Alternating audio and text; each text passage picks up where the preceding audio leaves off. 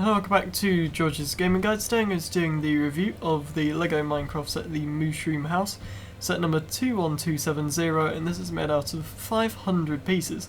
Now, even with the 500 piece count, this set does only include one minifigure, whom of which is not unique, and that minifigure is a Steve. But this set is a reasonable size, as you can imagine, with the 500 piece count. It is 6 inches or 16 centimeters high, 7.5 inches or 19 centimeters wide, and 9.5 inches or 24 centimeters deep. So if we have a look at the set, it's not the standard Minecraft set really, because usually you get a lot of minifigures with the Minecraft sets, where this we only get one proper minifigure, but there's a lot of buildable animals, as you can see on there. If we have a look at the back of the box, you can see that the roof can come off the house, and some of the other details inside and around the house, including a farm, a boat, that the face can move to show part of the house, and just Steve standing on the inside.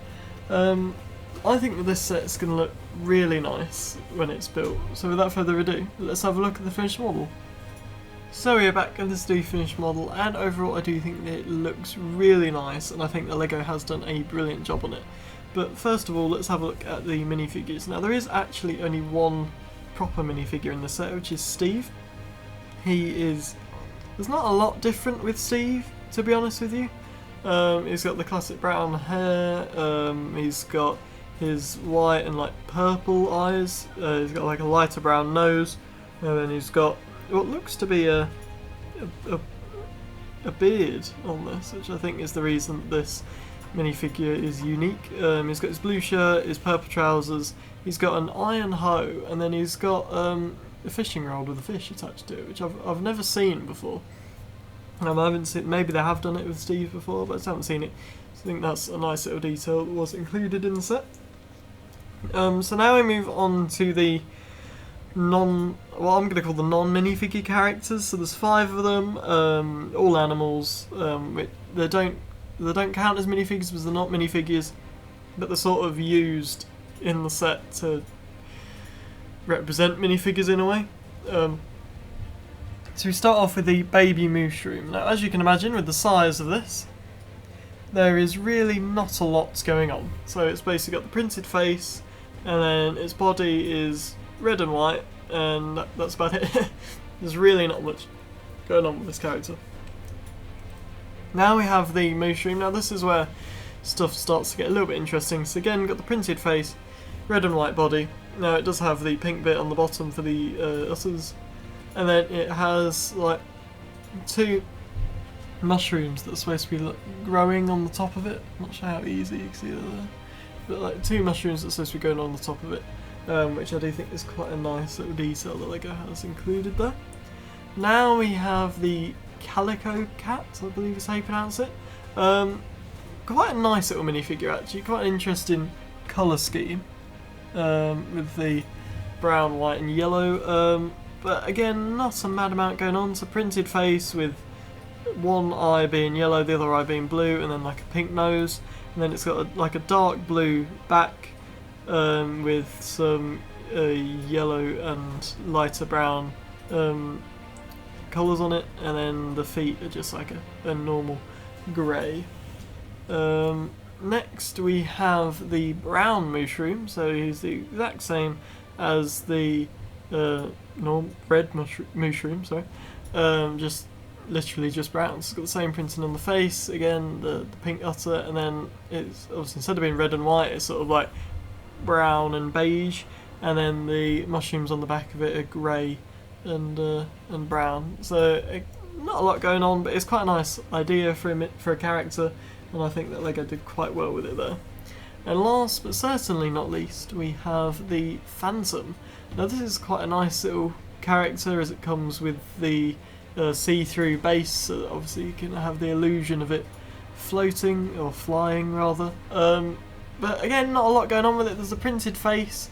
Now this is probably the main one for playability. You can move the wings, which are just like clips. You can move the tail, which is ball pointed, so you can move that in all directions. And then you can also move the head, which is also ball pointed in all directions. So that is it for the characters. So let's have a look at the set itself. So I'm going to start off with the outside and then I'm going to work my way in, just because it works a little bit easier and it'll make the video a little bit smoother, I think. So if we start on this side, not a lot going on. There's sort of a brown mushroom, a brown giant mushroom, sorry, and then a couple of other brown mushrooms, and that's sort of it for this section. Something you may see in between the legs of the red mushroom is this little boat. So you do get a little boat included in the set. So it's nothing special, but just nice little detail to have along with the set. So it does come with 2 shovels, which are obviously supposed to be like the oars, but in Minecraft you do use the shovel to create the boat. And then it does have a very nice detail, is some flattened circular pieces on the bottom, so that when it's on... Oh, I do apologise, it's one of the oars just gone off. So if I just show you, what can happen is instead of it getting like stuck, you can just move it forward and it does move forward nice and smoothly. So again, just adding to that playability factor. And last but certainly not least, on the outside we do have like a little farm.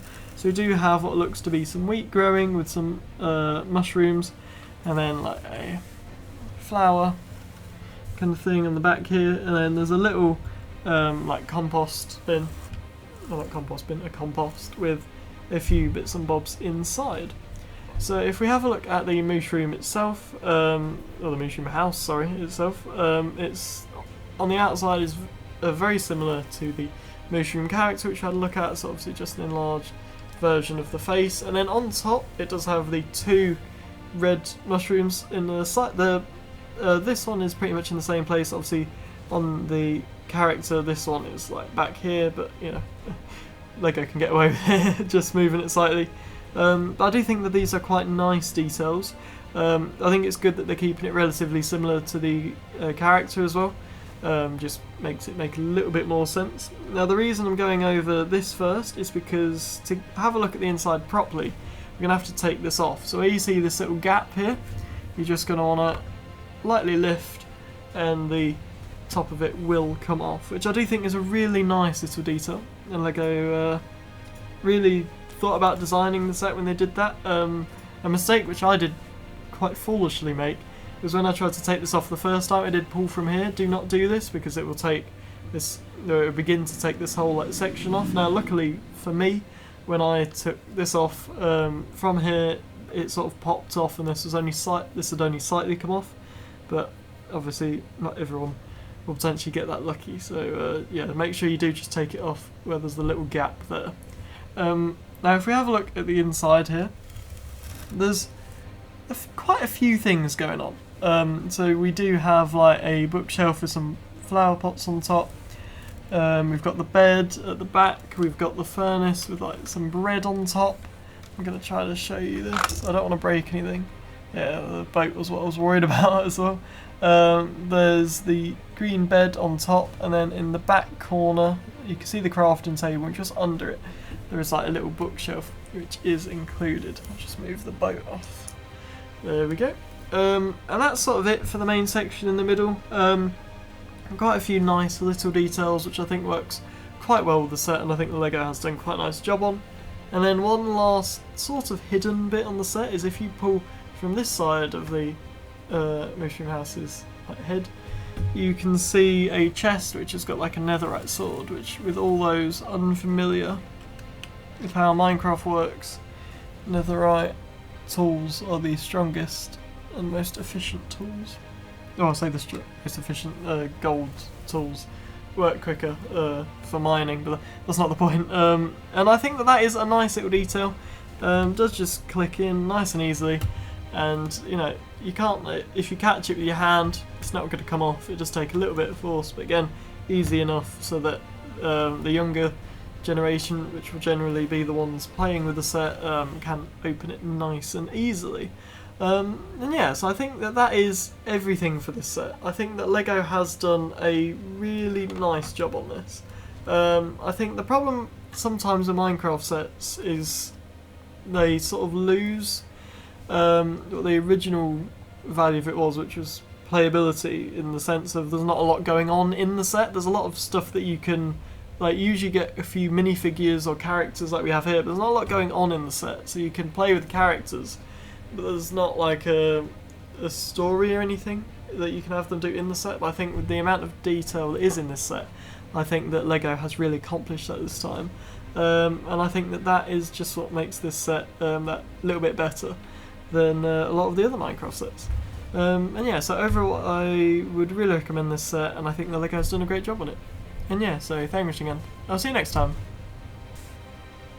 If you enjoyed today's video, make sure to like, subscribe, and comment your thoughts about it, and also make sure to watch out for the Sunday's video, which is going to be my review of the LEGO Star Wars droid chopper C110P from the Star Wars series Rebels.